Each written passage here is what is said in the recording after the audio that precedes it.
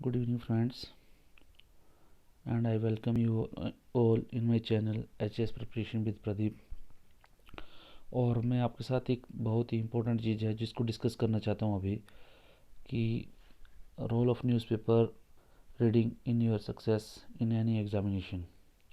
बहुत से लोगों को या बहुत से जो मेरे फ्रेंड्स हैं उन्होंने मेरे को पूछा कि ये जो आप अपने चैनल में न्यूज़पेपर की रीडिंग्स करते हो ये किस काम की है, या ये शायद उनको लगता है कि ज़्यादा किसी इम्पोर्टेंट मतलब इम्पोर्टेंट है नहीं या किसी काम की है नहीं। और बहुत से लोग जो इसको देख के जो है जस्ट छोड़ भी देते हैं कि ये हो सकता है इनके काम की नहीं है।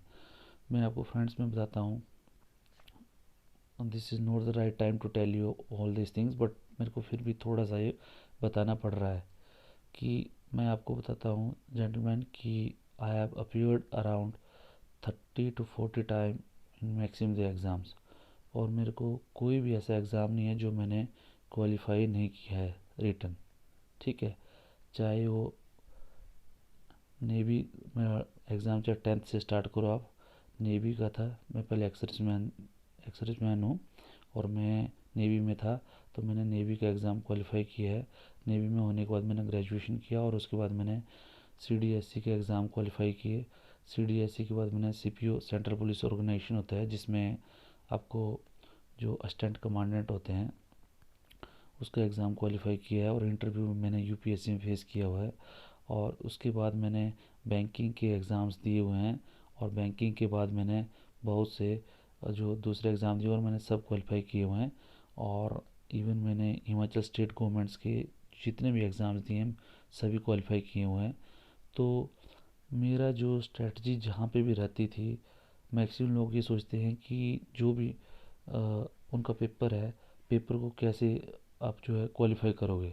तो मैं आपको बताना चाहता हूँ, कोई भी है पेपर है, चाहे किसी भी लेवल का पेपर है, चाहे आपका छोटे से छोटे पोस्ट के लिए, चाहे बड़ी से बड़ी पोस्ट के लिए, सब के लिए जो एक पेपर सेटिंग का एक तरीका होता है। ठीक है, तो उसमें क्या होता है कि आपको जो 4 5 6 सेक्शंस होते हैं। एक सेक्शन तो होता है कि अगर कोई प्रोफेशनल एग्ज़ाम है, लाइक आपका TGT का पेपर है, या कोई नर्सिस का पेपर है, या किसी दूसरे जैसे कोई स्पेशलिस्ट का पेपर है, तो उसमें जो 20 25 जो क्वेश्चन है वो आपके प्रोफेशन से पूछे जाएंगे। उसके बाद अगर मान लो 100 मार्क्स का क्वेश्चन पेपर है, तो 75 मार्क्स में से उसमें आपको जो है सेक्शंस वाइज जो है क्वेश्चन डिवाइड किया होगा। तो उसमें ऐसा नहीं होता कि क्वेश्चंस जो है आपको अलग अलग टाइप के डिवाइड एक ही सेक्शन के डाल दिए होंगे। जैसे इंडियन पॉलिटी है तो इंडियन पॉलिटी के डाल दिए जाए। उसमें क्या था, जो सेक्शंस होते हैं वो डिवाइडेड होते हैं। उसमें क्या, इंडियन पॉलिटी हो गया, हिस्ट्री हो गया, जियोग्राफी हो गया, और जनरल साइंस हो गया। ये 4 सब्जेक्ट जो है आप लेके चलो मेरे से, इसमें से हमेशा जो क्वेश्चन है वो वेरी करते हैं 5 नंबर से लेके 10 नंबर तक के। और उसके अलावा जो मेनली जो आपका हिमाचल का जनरल नॉलेज है, हिमाचल के अगर पेपर हैं हिमाचल प्रदेश के या तो किसी दूसरे स्टेट के, तो उसी स्टेट के जो है आपके क्वेश्चन पूछे जाते हैं कम से कम 10 या 15 नंबर के पर। ठीक है, उसके अलावा जो रहता है आपका करंट अफेयर्स का बहुत सा रोल रहता है। करंट अफेयर्स में हमेशा 20 या 25 जो नंबर जो है आपको किसी भी एग्ज़ाम में पूछे जाते हैं। तो अभी करंट अफेयर्स के लिए एग्ज़ाम में जब भी कोई कैंडिडेट प्रिपेयर करता है, तो उसको सबसे बड़ी चैलेंज उसके सामने होती है कि क्या उसके लिए इम्पोर्टेंट है और क्या नहीं है। क्योंकि क्या होता है कि कोई भी ऐसा एग्ज़ाम है नहीं, या कोई भी ऐसा सेंटर, कोचिंग वाला कोई भी सेंटर है नहीं जो पर्टिकुलरली उसी एग्ज़ाम के लिए आपको ट्रेन करेगा। ठीक है, हो सकता है वो आपको 1 महीने का 2 महीने क्रैश कोर्स करने के लिए दे, और आपको बहुत सारे क्वेश्चंस आपको दे देंगे, और पूरा आप जो उसको मगअप करोगे, और ultimately when you go to examination centre, तब आपको कुछ पता नहीं रहेगा। आपको 2 या 3 जो है क्वेश्चन याद आएंगे, या 4 या 5। ठीक है, या ज़्यादा से ज़्यादा कोई बहुत ही जिसकी मेमोरी अच्छी रहेगी तो 10 10 क्वेश्चन उसको आ सकते हैं। तो वहीं से आपका जो है मेनली आपका वो एग्ज़ाम जो है क्वालिफाई होने में या मेरिट में आने में, या उसमें जो वो बहुत ज़्यादा निर्भर करता है। तो मैंने जो मेरी स्ट्रेटजी उम्र भर मेरी ये रही है कि मैंने जो जनरल जो भी एग्ज़ाम्स थे उसमें जो इंडियन पॉलिटी है, जो हिस्ट्री है, ज्योग्राफी है, इनकी तो अच्छी तरह मैंने तैयारी की हुई है। उसके अलावा मैंने क्या किया, जो न्यूज़पेपर्स होते हैं उनकी जो है अगर आप डेली उनको पढ़ोगे, तो आपको जो डेफिनेटली आपको जो करंट अफेयर्स है उसमें आपकी कमांड हो जाएगी। आपको पता होगा कि क्या हो रहा है क्या नहीं हो रहा है, और जो क्वेश्चंस कैसे बनेंगे, तो आपको आइडिया। इसीलिए मैं जो न्यूज़पेपर रीडिंग्स करता हूँ, आपको मेरा ये रहता है, हमेशा एफर्ट रहता है कि मैं आपको डायरेक्ट क्वेश्चन ना देके आपको में जो इम्पोर्टेंट न्यूज़पेपर्स होते हैं, जैसे मैंने द हिंदू, उससे इम्पोर्टेंट कोई पेपर है नहीं, ठीक है, जिसमें मैक्सिमम पूछा जाता है आपको। उसके बाद इंडियन एक्सप्रेस, और उसके बाद मैंने दिव्य हिमाचल, जो हिमाचल के लिए है। इन तीनों पेपर्स से मैं आपको डेली जो है कुछ ना कुछ ला के देता हूँ, ठीक है। अदरवाइज जिस दिन मैं कुछ भी ला के नहीं देता हूँ, कुछ भी क्वेश्चंस ला के नहीं देता हूँ, तो उसका ये मतलब हुआ कि उसमें से उस दिन के लिए जस्ट वो newspaper is nothing for any exams, ठीक है, वो कुछ नहीं है। उस दिन आप हो सकता है कि आप जो जस्ट किसी इन में तीनों में से कोई भी एक पेपर का फर्स्ट पेज ले लीजिए, उसमें आप उसको पढ़ लीजिए। अगर आपको इंग्लिश में अगर थोड़ा सा आप वीक है जनरल इंग्लिश में, तो वहाँ पे आपको नया कोई वर्ड मिलता है, तो उसको आप जो है अलग से एक छोटी सी अपनी डायरी में लिख लीजिए, और जो है उसका मीनिंग समझिए, और उसका जो एक सेंटेंस है, उस सेंटेंस में उसको कैसे बनाना है वो भी करिए। इस तरह जो है डेली डेली अगर आप वो करोगे, तो आपको जब आप एग्ज़ाम के लिए जाओगे तो आपके पास कोई ऐसे 100 वर्ड्स होंगे जो आपके लिए परफेक्ट करेंगे, और कहीं ना कहीं आपको वो जो है आपको एज देंगे, एडवांटेज देंगे, ठीक है। और अगर जैसे मान लो अगर उस दिन के लिए अगर कुछ है, तो मैं आपको बता देता हूँ कि आपको ये पढ़ना है, ये टॉपिक पढ़ना है, तो उससे क्या होगा कि आपको जो मैं टॉपिक आपको पढ़ाता हूँ उससे आपकी एक हैबिट डेवलप होगी कि किस तरह क्वेश्चन आएगा और क्या क्वेश्चन आएगा। क्योंकि जो न्यूज़ में जो भी न्यूज़ आते हैं, वो कभी जो है सिंगली नहीं आते हैं, सिंगल कभी नहीं आएंगे वो, ठीक है, हमेशा जो सीरीज़ में आते हैं। जैसे मैं आपको एक एग्जांपल देता हूँ। अभी जो है, जो इंग्लैंड में, जो ब्रिटेन में G7 की, जो G7 जो कंट्रीज़ हैं, उनकी एक मीटिंग हो रही है, ठीक है, फॉरेन मिनिस्टर की। वो आज है, वो 4 मई 2021 को है, ठीक है, आज है। तो उसमें फॉरेन मिनिस्टर की मीटिंग है। तो उसमें से देखना, कल भी उससे रिलेटेड कुछ उसमें आएगा आर्टिकल में, ठीक है, न्यूज़पेपर के आर्टिकल में, परसों भी उससे रिलेटेड है। जब आप 3-4 दिन उस आर्टिकल को फॉलो करोगे, और जब आप फिर आगे जो है, आगे भी आप जब 2-3 महीने बाद फिर उसी आर्टिकल से रिलेटेड कुछ ना कुछ आएगा, तो आपको चीज़ें याद रहेंगी, और आप जो सीरीज़ में ही आपका जो है एक चीज़ें जो है आपके दिमाग में बैठना शुरू हो जाएगा, और आपको जो है कोई रट्टा मारने की ज़रूरत नहीं पड़ेगी, ठीक है। तो मेरा यही एफर्ट रहता है कि जो भी मैं आपको न्यूज़पेपर की जो मैं रीडिंग करवा रहा हूँ, आप प्लीज़ उन रीडिंग्स को ठीक ढंग से पढ़ें। Definitely you will get through any exam, ठीक है। मैं आपको ये भी दे सकता हूँ कि आपको 20 या 25 क्वेश्चन बना लिए, और बनाने के बाद उसके आंसर बना लिए, और जो वो आपको अच्छा लगेगा। लेकिन मेरा ये है कि मैं वो आपको रट्टा मारने में, लेकिन आप कितना उसमें रट्टा मारोगे, जब तक एग्ज़ाम तक में जाओगे आपके पास कम से कम 1000 या 1500 क्वेश्चन होंगे, आप उनको नहीं याद कर सकते, ठीक है। फिर अल्टीमेटली क्या होगा, आपके माइंड में सारी चीज़ें मगअप हो जाएंगी, मिक्स हो जाएंगी, और वो आप वहाँ पे आंसर जो है सही दे के नहीं आओगे, और उसी तरह मैक्सिमम जो है एग्ज़ाम में फेल हो जाते हैं, ठीक है। तो यही कारण है कि आपको मैं बता रहा हूँ कि जो न्यूज़पेपर के जो रीडिंग्स है वो कितनी इम्पोर्टेंट है, ठीक है। तो इसलिए मेरा यही एफर्ट रहता है कि जो है आपका जो भी न्यूज़पेपर रीडिंग्स है, आप जो उसको जो मैं बताता हूँ आप उसको पढ़िए, उस आर्टिकल को उस न्यूज़पेपर से आप लीजिए, और उस आर्टिकल को ध्यान से पढ़िए। या मैंने क्या किया होता है, उस आर्टिकल का पूरा पिक्चर लिया होता है, पूरा फोटो लिया होता है। उस आर्टिकल को आप जो बीच में पोज करके पढ़ सकते हैं, पढ़िए, और आपको जो मैंने वहाँ पे अंडरलाइन किया होता है, या जो मैं बताता हूँ स्पेशली कि ये पढ़ना है, आप उसको 3-4 बार पढ़िए। आपके दिमाग में जब आप कंटिन्यू ये चीज़ें करोगे, तो 10 या 15 दिन के बाद जो है आपको सारी चीज़ें जो है आपके दिमाग में आना शुरू हो जाएगी, और देख रहा है एक आपका जो माइंड है ऐसा एकदम स्मूथ हो जाएगा और स्ट्रीमलाइन हो जाएगा कि आपको जो है जनरल नॉलेज का जो करंट अफेयर्स के जो टॉपिक है, फिर आपको जो है जस्ट आपके टिप्स पे होंगे, ठीक है। तो मेरा ये रिक्वेस्ट है आपसे कि प्लीज़ ये जो वीडियो है आज का, ये बहुत इंपॉर्टेंट है न्यूज़पेपर की रीडिंग से, ठीक है। तो आप जो है प्लीज़ उसको अच्छी तरह से पढ़ लीजिए, ठीक है। और उससे बीच में मेरा एक और रिक्वेस्ट है आपसे कि आप जो इस चैनल को, मेरे चैनल को लाइक कीजिए, शेयर कीजिए, सब्सक्राइब कीजिए। जब आप सब्सक्राइब करेंगे तो मैं जो है जो भी मैं आपको टॉपिक दे रहा हूँ वो आपके पास आ जाएंगे, ठीक है। तो आप उस टॉपिक्स को पढ़िए, और उसमें से कुछ डाउट होता है तो आप कमेंट्स में लिख लीजिए, ठीक है। क्योंकि मेरा जो एक्सपीरियंस है, मेरा इतना गारंटी है, इंटरव्यू की तो मैं गारंटी नहीं देता आपको, बट रिटर्न में मैं आपको गारंटी देता हूँ कि रिटर्न में आपको कोई नहीं रोक सकता, ठीक है। और जो मैं क्वेश्चन दे रहा हूँ, अगर उससे बाहर क्वेश्चन आ गया, then you can question my ability, ठीक है। लेकिन उस मैं आपको जितने भी जो टॉपिक्स पढ़ा रहा हूँ, अगर आप उनको डेली फॉलो करते हो और इस वीडियोस को पूरा सुनते हो, तो आपको कोई भी, मैं बता रहा हूँ, कोई भी एग्ज़ाम में फेल नहीं कर सकता, ठीक है। और जिस तरह आज मैं थोड़ा सा आपको बताता हूँ कि आज के जो न्यूज़ पेपर थे 4 मई 2021 के, उसमें से मुझे कोई भी ऐसा लगा नहीं टॉपिक जो मतलब आपके किसी पेपर में किसी एग्जाम का होता हो। अगर आप फिर भी न्यूज़पेपर पढ़ते हो तो you are just wasting your time, ठीक है।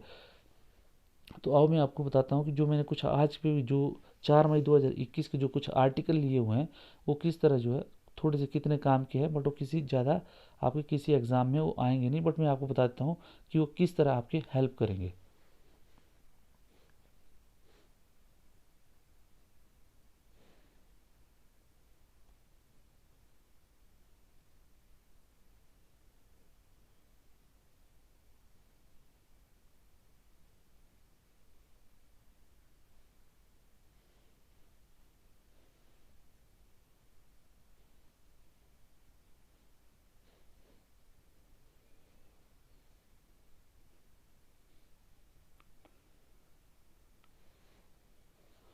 अब ये देखिए, अभी एक मैंने ये लिया हुआ है जो आज की इसमें आया था इंडियन एक्सप्रेस में। उसमें एक आर्टिकल आया हुआ था कि जो our finance minister Shrimati Nirmala Raman has announced that countries have to be flexible, there can't be vaccine nationalism. इसमें क्या हुआ कि देखो एक वर्ड मिलता है वैक्सीन नेशनलिज्म। वैक्सीन नेशनलिज्म है क्या, कि मतलब जो भी वैक्सीन जो कोविड की वैक्सीन है वो पहले अपने अपने जो है पहले अपने लेवल पे अपनी कंट्रीज़ को देनी है। लेकिन उसमें इन्होंने ये एक और बताया हुआ है कि इसमें से हमें कुछ ज़्यादा लेना नहीं है। इसमें जो आया हुआ है देखो, आप पढ़ोगे, she she also called for She also called for examining trade related aspects of intellectual property rights। इसको आप बोलते हैं ट्रिप्स बोलते हैं इसको, ठीक है। ट्रिप्स जो है डब्ल्यू का एक जो वर्ल्ड ट्रेड ऑर्गेनाइजेशन है उसका एक अरेंजमेंट है, ठीक है। तो उसमें ट्रिप्स जो है क्या होता है, जो वर्ल्ड डब्ल्यू है जो हमारा वर्ल्ड ट्रेड ऑर्गेनाइजेशन है, उसमें जो कंट्रीज जो होती है जो मेंबर कंट्रीज हैं, उसमें जो भी आपस में क्या व्यापार करती है, व्यापार करने के बाद जो उनको जो फैसिलिटीज़ है या व्यापार में जो बाधा आती है उसको डील करने के लिए वर्ल्ड ट्रेड ऑर्गेनाइजेशन बनाया हुआ है, ठीक है। लेकिन उसमें क्या है कि अगर मान लो कोई भी कंट्री है, जैसे उसने कोई भी जैसे उसने कोई भी स्पेशल कोई चीज़ बनाई, तो उस पे क्या होता है, जैसे कोई कंपनी है इंडिया में कोई कंपनी है, जैसे हो सकता है लिवाइस है, और मान लो इंडिया की कंपनी है, ठीक है। उसने क्या जीन्स बनाती है वो, ठीक है। हालांकि जीन्स वो बाहर की कंपनी है, ये इंडिया कोई कंपनी जीन्स बनाती है, उसका नाम है मान लो जैसे मान लो कोई एबीसी कंपनी है, ठीक है। लेकिन वो जीन्स बनाती है, वो क्वालिटी की जीन्स है, वो उस जीन पे क्या है उसका जो है उसको पेटेंट हो जाता है, ठीक है। पेटेंट हो जाता है, अगर उसी की कोई कॉपी निकालता है तो उसके ऊपर जो है वो जो कंट्रीज हैं they can go to W और उसका जो है उसके वो जो है उससे हर्जाना मांग सकते हैं, ठीक है। लेकिन अब ये क्या बोल रहा है कि अभी इसको बोल रहा है कि ये देखो, उसको क्या ट्रिप्स एग्रीमेंट बोलते हैं, उसको trade related aspects of intellectual property right, ठीक है। तो इसमें ये बोला है उसने कि the TRIPS agreement is a legal, ये देखो लीगल दिया हुआ है इसमें, लीगल पैक्ट बिटवीन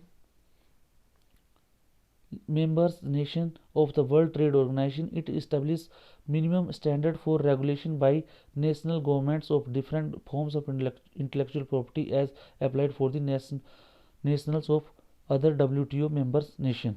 मतलब क्या है कि ये जो है आपस में एक उनकी एक अरेंजमेंट है, जिसमें क्या है कि कोई भी बंदा है, जो भी कोई भी कंट्री है, वो आपस में जो भी उसके ट्रेड रिलेटेड जो एस्पेक्ट्स हैं, लाइक जो भी उसका व्यापार होता है उसमें जो कंपनीज होती हैं जो प्रोडक्ट बनाती हैं, उसमें उनका क्या है इंटेलेक्चुअल प्रॉपर्टी राइट होता है, ठीक है। लाइक कोई जैसे गाना बनाया तो गाने के ऊपर कॉपीराइट होता है। और जैसे मान लो जैसे कोई जैसे प्रोडक्ट हो गया, जैसे मान लो कुल्लू सोल्स है, या मान लो बंगाल की दार्जिलिंग की चाय है, या जैसे कि हमारी कांगड़ा की टी है, वो जो एक पर्टिकुलर जगह से ओरिजिन होती हैं, ठीक है, उनकी पर्टिकुलर पहचान होती है, तो उसको जियोग्राफिकल इंडिकेशन बोलते हैं, तो उसको जीआई टैग मिलता है, ठीक है। तो जीआई टैग होता है, और जीआई टैग को जो है उसको उसको कोई दूसरा जो है यूज़ ना करे, ताकि उस जगह की प्रॉपर्टीज़ जो है उसकी जो प्रॉपर्टी है वो जो है सेव रहे, एकदम उसका कोई गलत यूज़ ना करे, ठीक है। अगर कोई गलत यूज़ करता है तो we can file complaint in WTO, और डब्ल्यूटीओ उसका निपटारा करता है और वो फाइन वगैरह लगाता है, ठीक है। तो उससे बोलती है कि ट्रिप्स हुए। तो अगर आप जैसे मैंने ये बताया ये आर्टिकल है, अगर आप पढ़ोगे तो आपको ट्रिप्स के बारे में पढ़ना है, ठीक है। जब आप ये पढ़ोगे तो थोड़ा सा आपको आइडिया हो जाएगा कि किस तरह सिस्टम क्या करता है, काम करता है, ठीक है।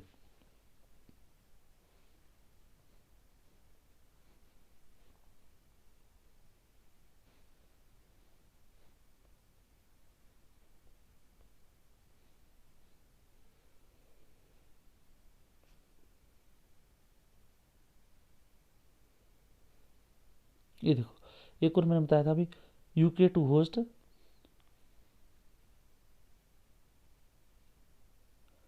एक और आया था द वर्ल्ड में आया था इसके, UK UK host first G7 foreign minister meeting. ठीक है, तो इसमें देखो आपको पूरा डिटेल में दिया गया है, UK host first G7 foreign minister meeting since start of pandemic. इसमें क्या है, आपको मेन नहीं देखना है कि जो G7 कंट्रीज़ हैं, G7 कंट्रीज़ में क्या कौन कौन सी G7 में कौन कौन सी कंट्रीज़ हैं। ठीक है, तो इसमें आपको ये दिया हुआ है।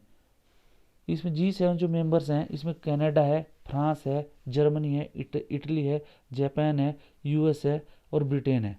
ठीक है, और उसके बाद जो ये कुछ कंट्रीज़ है जिनको बुलाता है, जैसे अभी इन्होंने जैसे अभी बुलाया हो, जैसे ऑस्ट्रेलिया हो गया, इंडिया हो गया, साउथ अफ्रीका हो गया, साउथ कोरिया हो गया। ठीक है, तो G7 कंट्री है, तो आप जो है जब G7 कंट्री का आपको पता है कि G7 का आया कुछ, ठीक है, तो आप जाके कहीं पे भी इसको सर्च करिए कि G7 कंट्रीज़ क्या है, क्या काम करती हैं, कैसे करते हैं, इनका मैकेनिज्म क्या है, इनके बारे में न्यूज़ क्या है।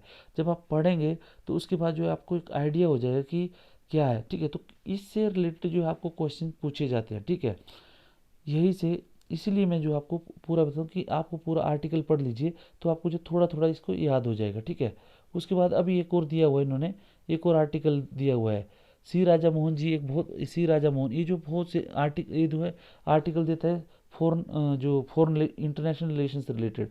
तो ये जो आर्टिकल आया हुआ है आज इंडियन एक्सप्रेस के न्यूज़ इसमें आया पेपर में। ठीक है, Delhi to London a reconnection. ठीक है, आप जो है इसको आप जो ऑनलाइन भी इसको पढ़ सकते हैं, Delhi to London a reconnection करके डालोगे गूगल में या इंडिया ब्रिटेन रिलेशंस में न्यूज़ में डालोगे तो आपको जो है ये आ जाएगा आर्टिकल।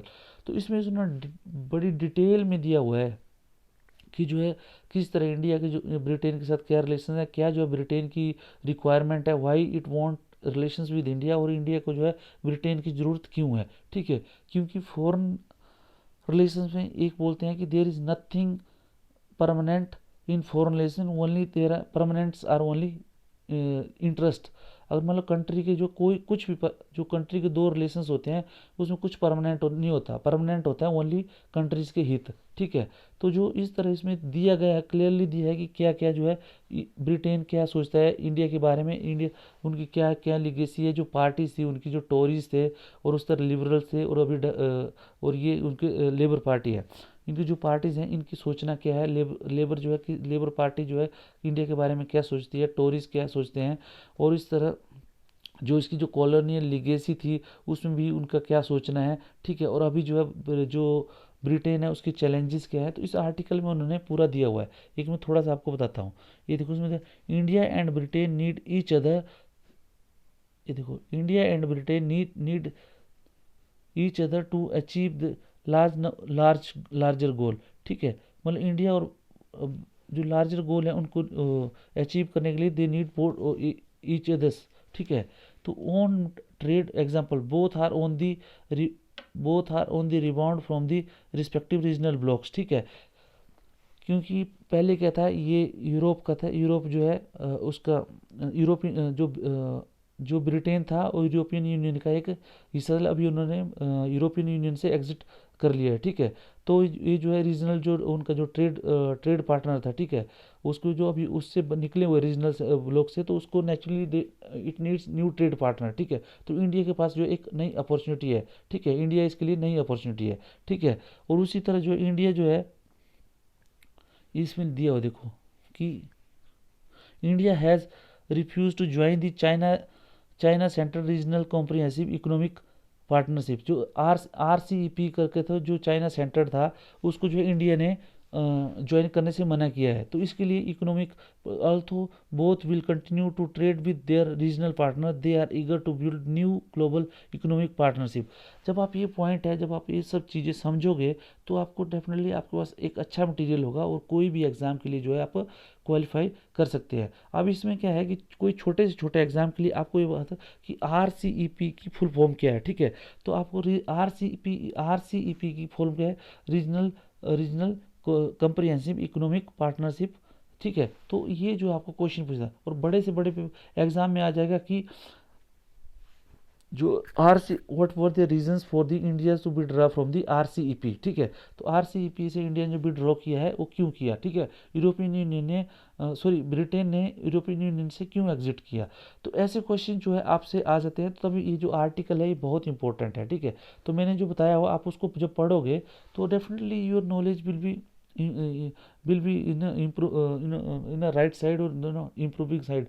तो उससे क्या होगा कि आपका जो लेवल है, फिर आपको जो क्वेश्चन जो है क्वेश्चन को अटेम्प्ट करने में आपको ज़्यादा प्रॉब्लम नहीं होगी। अगर आप सीधा क्वेश्चन आंसर पढ़ोगे तो न्यूज़पेपर रीडिंग्स में, करंट अफेयर्स में you can not achieve good marks, ठीक है। एक देखो, एक दिव्य हिमाचल में आज आया हुआ है, ठीक है। इसमें जो हमारे विपिन परमार साहब हैं उन्होंने एक दिया हुआ है कि जो लोग सॉरी जो हमारे विपिन परमार जी हैं, ये हमारे जो लेजिस्लेटिव चेयरमैन है इसके लेजिस्लेटिव असेंबली के, ठीक है।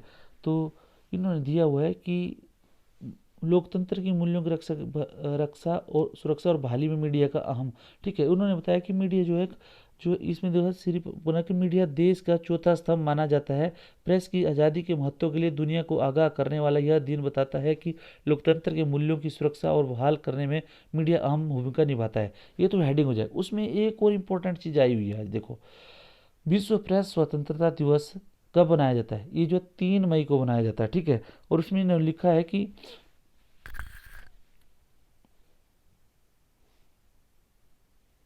हर साल 3 मई को विश्व प्रेस स्वतंत्रता दिवस पर गिलेरमो कानो वर्ल्ड प्रेस फ्रीडम प्राइज, तो गिलेरमो कानो वर्ल्ड प्रेस फ्रीडम प्राइज जो है एक दिया जाता है 3 मई को, ठीक है। तो आपसे पूछा जाता है कि गिलेरमो कानो वर्ल्ड प्रेस फ्रीडम गिलेरमो कानो वर्ल्ड प्राइज जो किससे रिलेटेड है, तो आप बोल सकेंगे प्रेस फ्रीडम से रिलेटेड, ठीक है। तो ये जो है इससे आपको एक नॉलेज बढ़ जाएगा, ठीक है जी। और ये देखो एक और आर्टिकल आया है इसमें कि 100 मीटर के दायरे में नहीं बिकेगा नशा। इसमें आपको पता होना चाहिए कि जो स्कूल्स हैं या जो भी एजुकेशनल इंस्टीट्यूट है, गवर्नमेंट ने निकाला है कि 100 मीटर की जो उसका रेडियस रहेगा उसमें जो है कोई भी आप जो नशीले पदार्थों का व्यापार नहीं कर सकते, चाहे बीड़ी सिगरेट हो गया, तंबाकू हो गया, गुटखा हो गया, आप नहीं कर सकते। तो अगर आप अवेयर सिटीजन हैं तो आप देखते हैं आप स्कूल में अपने बच्चों को स्कूल में, तो you can you know ask them और you can file a complaint कि ऐसा क्यों हो रहा है। और उसके बाद इन्होंने बताया कि एक देखो एक और उसमें बताया हुआ है कि जो है स्कूल में एक जो है ड्रग फोर्स कमेटी बोलते हैं उसको, ड्रग फोर्स कमेटी बनाएंगे, ड्रग फोर्स कमेटी का गठन होता है। हर एक स्कूल में ड्रग फोर्स कमेटी होती है। अगर ड्रग फोर्स कमेटी नहीं है तो उसको जो है आप डिस्ट्रिक्ट अथॉरिटी को कंप्लेंट कर देते हैं। और उसकी जो ड्रग फोर्स कमेटी है उसमें जो है अगर कुछ जो उसकी फाइंडिंग्स है या जो कुछ भी उसके हो सकता है उसने इन्वेस्टिगेशन किया कुछ भी है या उसके कोई केस आया, तो you can ask for them them कि क्या है ड्रग फोर्स कमेटी है, उसने क्या कार्य किया क्या नहीं किया। और आपको पता नहीं कि ऐसे ऐसे स्कूलों में ड्रग फोर्स कमेटी भी होती है, ठीक है। तो इससे जो आपको नॉलेज डेफिनेटली आपको जो है बढ़ा है। उसमें देखा एक और नोटिस बोर्ड पर चेतावनी लगाना जरूरी है। प्रदेश के सरकारी और निजी स्कूलों को आदेश जारी किए गए हैं कि वे नशे से संबंधित नोटिस बोर्ड पर चेतावनी डालें। साथ ही CCTV कैमरे कैंपस के अलावा गेट के बाहर भी लगाएं। जिला प्रशासन ने आदेश जारी किए हैं कि नशा करने वाले छात्रों की पहचान कर उन्हें बिना सार्वजनिक करे उनकी काउंसलिंग की जाए, ठीक है। अगर कोई कोई स्टूडेंट है अगर वो एडिक्टेड हो गया नशे का, तो उसकी जो है विदाउट टेलिंग हिज मतलब आइडेंटिटी, ठीक है, तो उसका जो है काउंसलिंग की जाए, ठीक है। काउंसलिंग की जाए तो डी एडिक्शन सेंटर में या कुछ काउंसलिंग की जाए डॉक्टर के पास, तो उससे जो है ताकि वो जो है नशे के गर्त से बाहर आ जाए। क्योंकि कोई भी ऐसा बच्चा नहीं है जो नशा करना चाहता है, लेकिन क्या होता है कि प्रिय प्रेशर जो फैक्टर्स होते हैं जिसकी वजह से वो इस गर्त में पड़ता है और इस गंदी आदत में पड़ता है, तो उन सब कुछ चीज़ों को जो फैक्टर्स हैं उनको कैसे आप जो है एज ए पेरेंट्स और एज ए गुड सिटीजन जो है आप उसको दूर कर सकते हैं, ये जो है इसमें दिया गया है। आप जो आपको इसको सोचना है और उसके बारे में फाइंड आउट करोगे तो कहीं भी एग्ज़ाम में आपसे जो है आप अच्छे मार्क्स मिल जाएंगे आपको।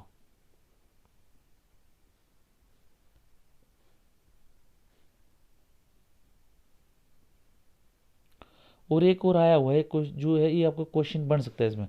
इसमें देखो कोरोना काल में मुरझाया फूलों का कारोबार। अभी आपको पता हो कि कोरोना काल में जो जो फूलों का कारोबार था वो कहाँ कहाँ होता था, फूलों का प्रोडक्शन होता है, उसमें पूरा डिटेल में दिया गया है।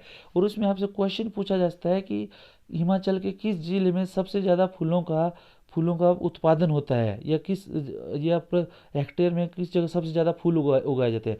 तो इसमें दिखा है, देखो सिरमौर में 471.42 और जिला कांगड़ा में 109.11 हेक्टेयर क्षेत्र में फूल उगाए जा रहे हैं। प्रदेश में मुख्यतः ग्लैडियोलस, कॉर्नेशन, गेंदा, लिलियम, गुलदाउदी, जरबेरा, गुलाब तथा अन्य मौसमों के मौसम फूलों की खेती की जा रही है। तो आपको ये क्वेश्चन आ सकता है कि हिमाचल में इसमें दो चार क्वेश्चन बन जाते हैं कि आपको सबसे ज़्यादा जो फूलों का उत्पादन है प्रति हेक्टेयर में सबसे ज़्यादा कहाँ होता है, तो सिरमौर में। उसके दूसरे नंबर पे कांगड़ा में। उसके बाद जो फूल जो है हिमाचल में कौन कौन से फूल उगाए जाते हैं, तो ये सब है, देखो ग्लेडियोलस, कॉर्नेशन, गेंदा, लिलियम, गुलदाउदी। जब ये सब पढ़ोगे आप, या उसको आप इसको कहीं सेव करके रखोगे, तो आपको जो आगे भी कहीं ना कहीं इससे फूलों से रिलेटेड जो आपको आएगा, या एग्रीकल्चर से रिलेटेड कोई भी आर्टिकल आएगा, या हो सकता है आपको 1-2 नंबर के जो भी क्वेश्चन आएंगे तो इसी से आएंगे। तो आप डेफिनेटली अगर इन आर्टिकल्स को पढ़ते हैं और आपसे पूछा जाए कि कितना कितना फूलों का जो कारोबार है उसका वो कितना है, तो ये सब चीज़ें जो आपसे पूछी जाएंगी, तो definitely when you goes through the newspaper in such with such article, तो आपको बहुत अच्छे जो है इसमें मार्क्स आएंगे।